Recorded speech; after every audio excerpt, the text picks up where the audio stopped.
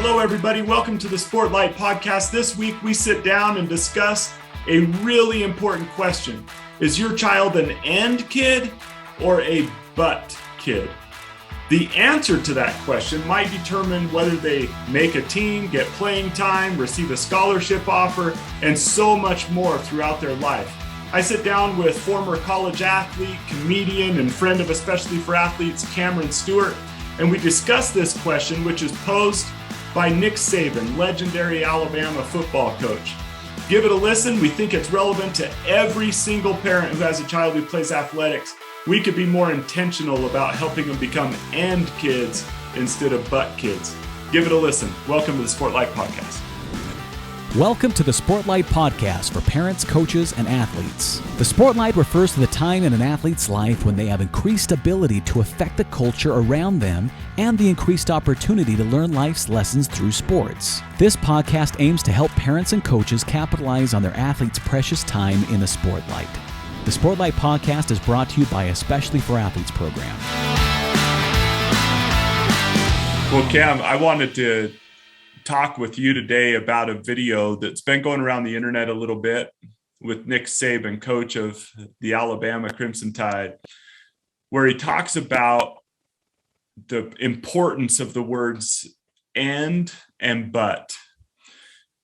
And you may have heard this already, but I wanted to play it real quick for the audience to hear and then just have a discussion. This hit me really hard, and it really made me think about, especially for athletes, and what we're trying to do with athletes as we develop the leadership portion of our program, where we meet with leadership councils and we meet with athletes to try to help them become leaders on the field, off the field, in their communities. And in the context of this video, we really try to help them become and people, A-N-D people. So here's Nick Saban. Listen to what he said about this concept of, are you an and or a but? The two most compelling words in the draft report is and but. All right, so they read the player, and I'll take a defensive back. All right, he's got quick feet, change of direction, he has good long speed, can play man-to-man, he's a good tackler, he's got toughness, got really good ball judgment and really good ball skills. And he's a good person. He was a leader on the team. He graduated from school. Coaches love him. Read the same player, but he had a positive drug test. He had a domestic violence incident with his girlfriend. Got in a fight in a bar when he was a freshman. Strength coach said he wouldn't piss on him if he was on fire. Who do you want on your team? And or but? What I tell players is you don't realize that as soon as you apply for a job, as soon as you put your name in for the draft, people are looking for reasons not to pick you. They're looking for reasons not to hire you. Don't give anybody a reason to say but. That and but, what came after that had nothing to do with what the player was, but it had a significant impact on where the player got picked. So Cam, what's your thoughts on that and but? It's so good. And it's funny, think about, when kids are growing up and they're playing sports, how much time, focus, and attention they put into all of the technique and getting faster and stronger and bigger. And they're in the weight room constantly, and they've got personal coaches and trainers, and they're doing speed and agility stuff, which is great, which helps them on all the physical aspects. But then all of the other stuff that determines whether they're an and or a but is like an afterthought. They don't put nearly the same amount of time and attention into those types of skills. But ultimately, those are what dictates whether they get a scholarship, whether they start, whether they play, simply because for coaches, and I don't know how many, parents have been in those coaches circles where they talk about kids. That is a very real thing. Well, he's a great kid. He's fast. He's athletic, but he's not very smart. I don't know if I can trust him. He doesn't pay attention. He doesn't work very hard. He doesn't hustle on every play. Like, that is a very real conversation that dictates playing time or who's starting or who even gets scholarships. But yet it's like the forgotten, like, who cares? Let's just focus on getting bigger, stronger, faster. Yeah. Why are we not focusing just as much attention on how do we make sure our kids are high character kids that are known for having a great work ethic, that are known for, doing all the little things to make them a great teammate on and off the field? I mean, that's just as important to many of these coaches, but it's like the forgotten afterthought. And as you move forward in life, so few kids go on and actually play a college sport. or go on and play professional sports, especially. But these things, all of them will have the opportunity to use these skills. It doesn't matter if a guy is bigger, stronger, faster in most occupations in Right. life, right? But if they could develop the leadership, if they could develop the opportunity to be kind of wings to an organization instead of weight to an organization, then it'll serve them well throughout their life. And some of the things too, I've been in conversations when coaches are talking about who they're going to keep on a freshman basketball team and who they're going to let go. And when it comes down to it, we aren't just talking about the elite getting a scholarship. A lot of times when they're making these decisions with kids, even who to let on the team, this is the determining factor, right? Through the bubble kids, it is all comes down to these ands or buts. And I've been in so many of these actual decisions where you're talking about bubble kids of who makes it and who doesn't. And at that point, I mean, the freak athletes are the freak athletes. Yeah, great. They're going to make the team. But the other kids, I mean, there's always like 6 and 2 spots. Yeah. And they're all pretty good athletes or pretty good players. But man, vast majority of the time, the coaches are taking the ones that are the great teammate, the hard worker, the high character kid. That's just because they're trying to build a culture, and they may not have a huge impact on the field, but it can have a huge impact on the team. Yeah. And so they'd rather have those kids on the team. But I don't know if we talk about it nearly as much to make sure, okay, is my kid going to be one of those kids that if it comes down to a bubble situation, will he be an and kid or a but kid? Yeah. Good athlete, but he's inconsistent and he doesn't really care. And he seems pretty selfish. And he had that one time where he got into it with that kid at practice and pouted and threw a ball, like temper tantrum, like that stuff might literally be the tipping point or not. Right. And I think about, okay, if we wanted to build our kids into and kids instead of but kids, and sometimes parents have no choice, right? I mean, they do everything they can to help their child, but they're just making bad choices. And so they start to have these buts that are being considered in their life. But if we intentionally wanted to help our children become and kids, they're a great teammate. They never pout. I love that word that you said. That's one of the most common things that I see in youth sports is the kid that pouts or the kid that's uncoachable. And to help our children become and kids, we just need to build that in from a young age. That's not acceptable, that we aren't just having to drive home and saying, hey, so today, I noticed that you didn't stay on that guy in coverage. When the quarterback runs that direction, you need to make sure that you're staying in. And we're talking about all these like physical things or the things that our kids need to do. But sometimes the fact that they dropped their head and walked off the field sulking and things like that, when they make a mistake or when something doesn't happen that goes their way, those things, we need to coach on those things as well and just say, hey, don't do that. Like, don't do that. And so what are your thoughts on just the importance of a parent coaching their kids in these leadership attributes as well? That's the crazy thing is I don't know how many kids actually even understand the power of body language, right? Like no clue. There's one of my favorite research studies breaks down the way that we communicate, and 7% of communication is the actual words that you say. 28% of communication is the tone and inflection and how you say things. And then, nearly 58% of communication is body language. 58% of what we communicate is how we carry ourselves and what our body language is.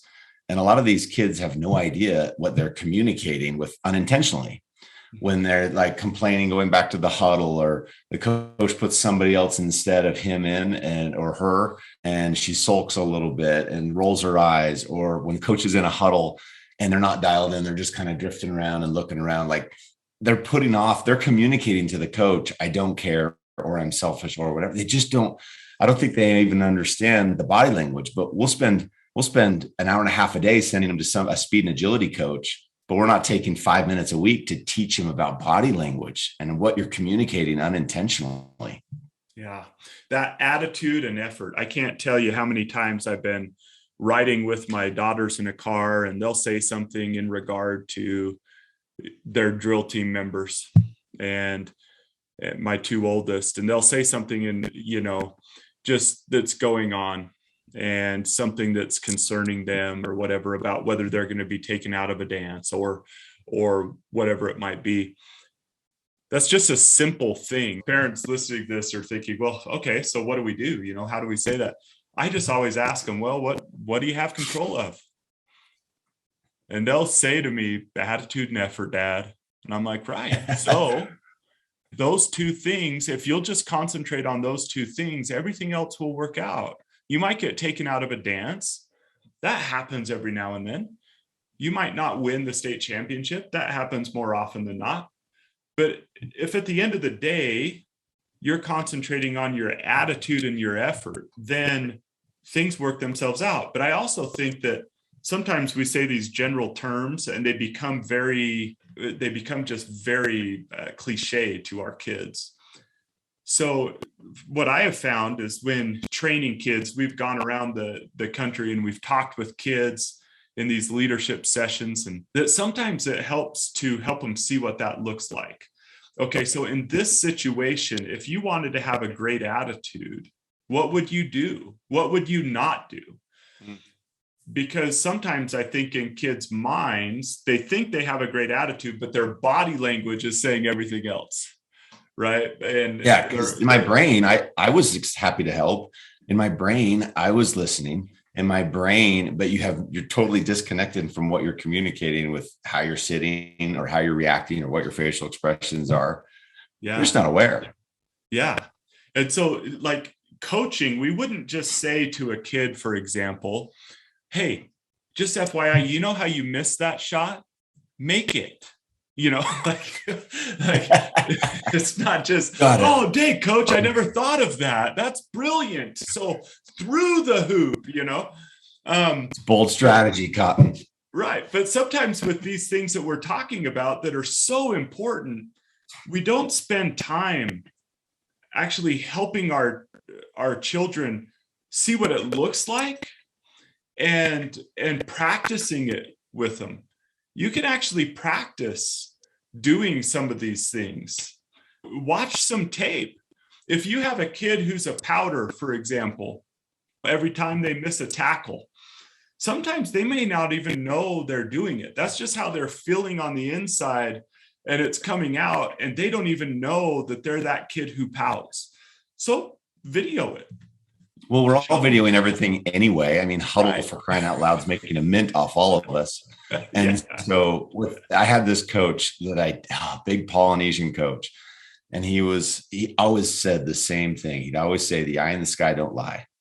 I'd come back from the huddle or off the sidelines, and he'd like, you were supposed to run this. And I was like, well, I did. The linebacker dropped. So that's why. And he'd say, eye in the sky don't lie. We'll see in film. And I was like, oh, shoot, I think he did that. Because then I knew at some point we were all going to sit down and watch film. So sit down with your kids, for example, and watch film. And we pick apart like some of the other things, but do we pick apart body language? Do we pick apart, like, look over here, the whole team's huddled up and look where you're standing. Look where you're paying attention. Look after the play. Look, how you're reacting when your teammate makes a mistake. Yeah. I mean, point it out the same way we pick apart some of their ability to play the sport. Pick apart some of their body language, teach them and help them see and connect those dots. But because otherwise, I don't think they even know that they're doing it. Yeah, I think that's very much the case, that there's a lot that they think is going on in their mind, but they don't understand the things that they're doing and why people are reacting to them the way that they are. You mentioned one. I mean, one of the things that frustrates me the most when I'm watching sports is when one teammate makes a mistake and another teammate does something to point out like, oh my gosh, dude, my teammate's an idiot. Right. And so shaking his head. Yeah. Like, come on. Like taking a look at those things and saying, hey, see how you did that? Never do that again. Do you understand how you just made your teammate feel? Never do that again. Everyone noticed what you just did. But I don't think you understand that you just made yourself look way more stupid than you made your teammate look. Everyone knew what you were doing. Never do that again. People notice that. That's not a good teammate. You can't. And that's what makes you a but kid, not an and kid. Because if they're like, well, he's a good kid, he's a strong athlete, but not the best teammate in the world, blah, blah, blah. I've got a daughter who was a volleyball player, and we literally had to have this conversation with her about a year and a half ago. When they would huddle up, and in volleyball, they huddle up like a million times a game. She would kind of like, her eyes would be wandering and looking at the crowd. She's listening in her brain. She's like, I'm listening, but she's just like all over the place. And we're like, the image that you put on, even if you're listening, is I don't really care. I'm not interested in what the coach is saying. And so we literally had to teach her in the huddle. You have to have eye discipline the whole time, be looking at nothing else except for the coach, because it communicates to the coach, I care, I'm engaged, I want this, I'm coachable. She just had no idea it was even happening. We saw it at a tournament all weekend, and we finally were like, all right. And she didn't know. And now she's excellent at it. And it's funny how it's changed the perception of how the coaches see her and her engagement and, her discipline, like all of these funny things just by one little, how she reacts in huddles during timeouts. Yeah. And Dustin always, man, I've heard him preach 100 times to kids, listen with your eyes. Yeah. The importance of simple things. Yes, sir. Yes, ma'am. The way you treat referees. I've shared this in a previous podcast, but when I received my scholarship offer, there was a coach who came to watch me in Southern California play in a tournament. We were playing in the Pomona baseball tournament. I knew he was coming. He sat next to my dad in the stands to watch this game. And I got up to bat, and, I hit about a 400-foot foul ball. And that, I'm sure that was nice, for him to see that I could do that. But then there was 2 strikes. And on the next pitch, this ball was probably 6 inches outside. And the umpire rang me up. I struck out looking. And he turns to my dad and says, "This will be interesting. Let's see if he puts on the act." That's what he said. Let's see if he puts on the act. So I kind of jogged back and put my bat back in and put my helmet on the shelf and start cheering on my teammate. And he turns to my dad and said, "That's the kind of kid I want playing for me." Like, that was the moment. And he asked my dad that moment, "Can you and your son come tomorrow to Cal State LA? Can you come? And we'd love to give you a tour and see if this would be a good fit for your family. We'd love to have your son play for us." And so it was like striking out. To me, that's the weirdest, but he had seen enough in my statistics and stuff like that. But what he saw that like did it for him was the way I reacted to striking out on a bad call. He already knew what kind of ball player you were. He had all the stats and the tape in the world on you. He wanted to know what type of kid you were. Yeah. Like most of these coaches, they know what kind of player these kids are. That's not hard. That's not a hard thing to decipher if they're a good athlete or if they're a great player or a great dancer. That's not hard. What they're trying to gauge is, what kind of person are they? And that's why they're watching them before the game or after the tournament or in between games, and they're studying their body language and how they interact and how they're sitting on the sideline. I remember Brandon Doman told me this story. He was up recruiting Tanner Mangum, who ended up playing at BYU and had a great career there. And Brandon went up to recruit Tanner. I mean, he was an Elite 11 quarterback. He went up to one of his high school basketball games. And here's the starting quarterback, who's an Elite 11 high profile quarterback. And he's on the basketball team. And he subs in, and Tanner Mangum starts diving for like 3 loose balls, starts just getting into it, playing tough defense. Usually the quarterback's like, I don't want to break my throwing hand. I'm a good athlete. I'm going to come out and shoot some threes. No, this kid's like diving all over the ground. He said, he dives for one loose ball in particular, rips it away from a kid, like is on the ground, just sells out. And he said, that's when I turned to his parents and said, I'm going to be offering your son a scholarship to BYU from a high school basketball game, because he wanted to know what kind of kid he was. And he saw that he's selfless, that he's a great teammate, that he's tough, because this was a hobby sport. This wasn't even his primary sport.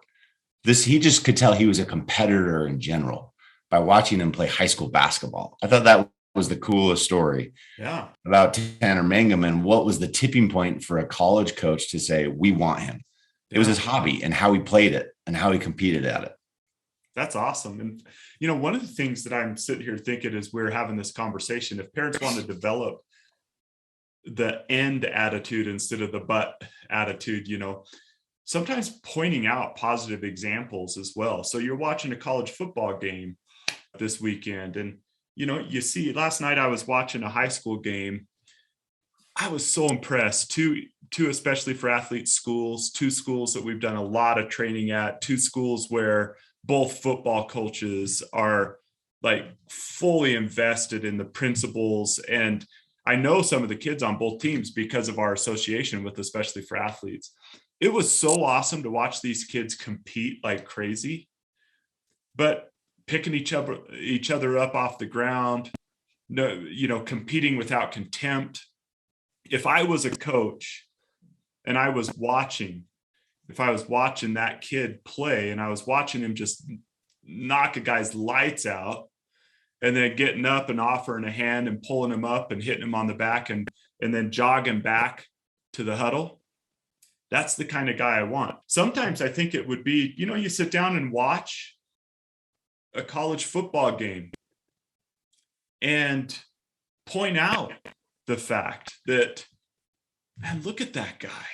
Rewind, not just do you see what he did? Do you see how he tackled? Do you see, but rewind and say, do you see what a leader is? Do you see why so many people love this kid? Do you see what makes this kid an All-American? Right now we're watching the US Open. I have a daughter who loves tennis and is playing tennis. And, point out the things. Look how she just reacted to that bad shot. She didn't hang her head. She didn't pout. You almost saw this determination in her mind.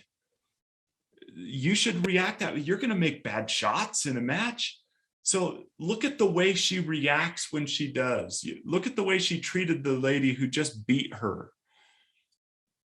Those things, if we were just more intentional about those things, and also there's all these commercials going on, which are very true about underage drinking, about drug use, and be intentional as parents about saying, hey, let's talk about this. That drinking can ruin any chance you have at playing college sports. That when you're drunk, you do stupid things. And that sometimes there's these people who, in a moment of drunkenness, do something that changes the whole course of their life. We can have conversations. He mentioned domestic violence. Are we being intentional about teaching our young men how to treat young women? And it is those little things.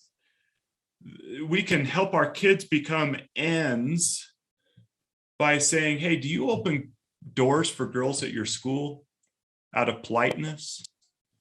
Do you say kind of crass, rude things around girls that make them feel uncomfortable? Do you use your strength as an athlete to make girls around you feel safe instead of intimidated? Those questions, I just think we could do more training and be more intentional about training in these leadership and just being a good person. That's why, especially for athletes, exist. I was going to say, that's like I know so many parents that, and I've done this with my own son, right? That we send them off to private clinics and speed and agility training and player development. And we do so much with that, all the physical aspects of, them competing in their activities or their sport. And then the afterthought of character development is we don't, it's a fraction of the time. Mm-hmm. So thankfully there's something like, especially for athletes, right, that actually teaches them how to compete without contempt, and how to be able to win the hour, and how to be able to have resolve, and how to be able to use your influence for good. At least there, it's kind of the equivalent of the speed and agility training that they're getting 5 times a week over at the high school with coach, whatever. But at least they're getting some of that through, especially for athletes, where they're getting trained on how to be an and kid instead of a but kid. Yeah. Because that may make the difference, whether they make the team or not, whether they start or not, or whether they get a scholarship or not. Because these coaches know what kind of athletes they are. They already know what kind of dancer they are. They're trying to determine what kind of person they are. And that's where this training is going to make or break their opportunities. I was thinking through, as Coach Saban was saying what he was saying, I thought we have 4 core principles that, especially for athletes, they're all incredible ends. This kid is a great athlete and they win the hour. They are good in the classroom. They're a great friend to others at the school. They love their family.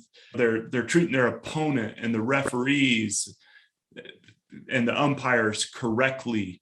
And they're kind to other people. They're a great competitor. They compete without contempt. And these kids are resilient. They've had some difficulty. When they face difficulty on the field, they react the right way, or on the court. They react the right way.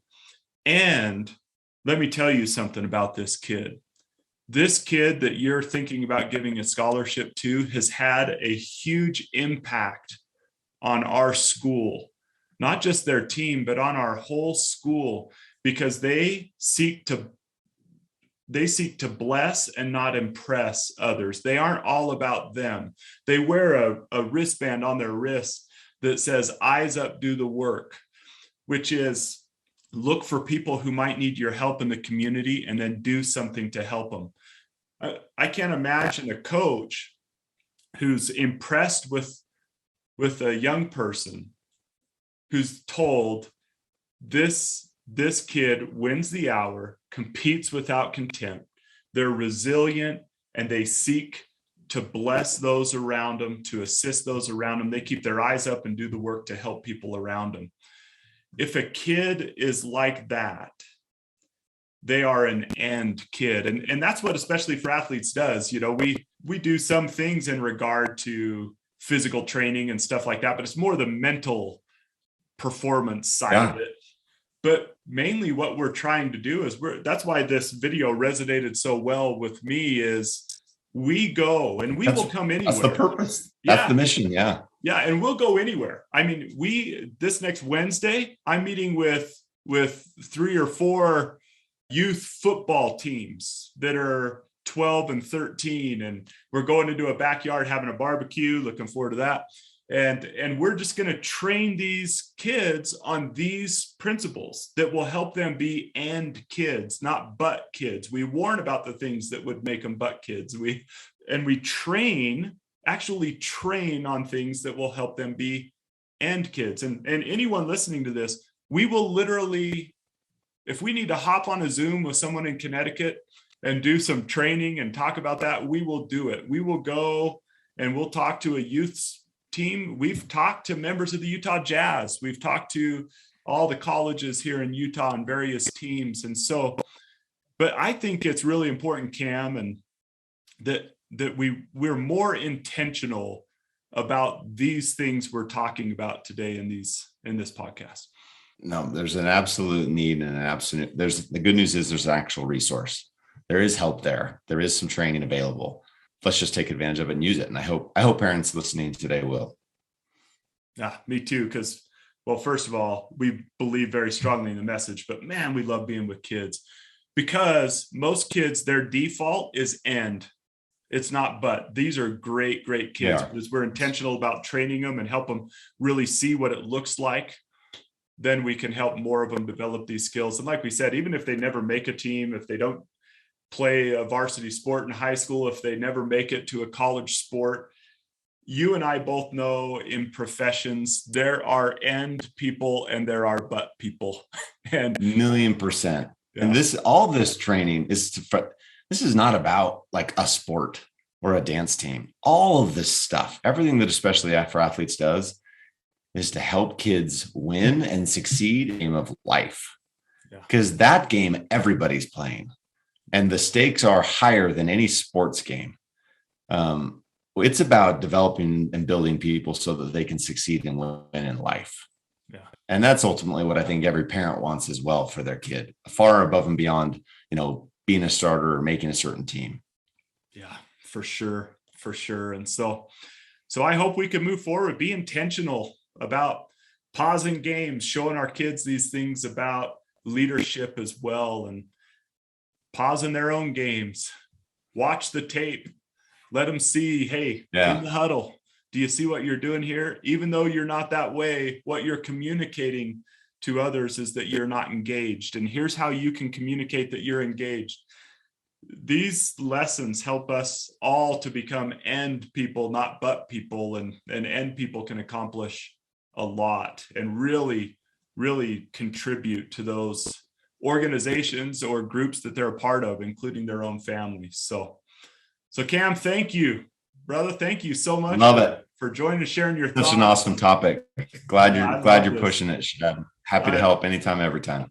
I love this topic. I love the way that, it's cool to hear the different ways that people present different concepts. And I love Coach Saban's and but. That's just super, super concise. So thanks so much for your thoughts on that, Cam. Thank you, everyone, for joining the Sportlight podcast. We hope you'll subscribe and share this as we share these lessons. This is all we talk about. What we talked about today, we talk about it every week. And we hope that you'll share it. And if you would like us to come to your team or organization, we'll come. So just contact us. Our information is in the links to the podcast or the YouTube video, wherever you're watching this. So keep your eyes up, do the work. Thanks for joining us. This has been the Sportlight podcast from Especially for Athletes, sponsored by Coca-Cola. You can learn more about Especially for Athletes by visiting the website at especiallyforathletes.org. You can also learn more about the book, The Sportlight, by Shad Martin and Dustin Smith at especiallyforathletes.org/book.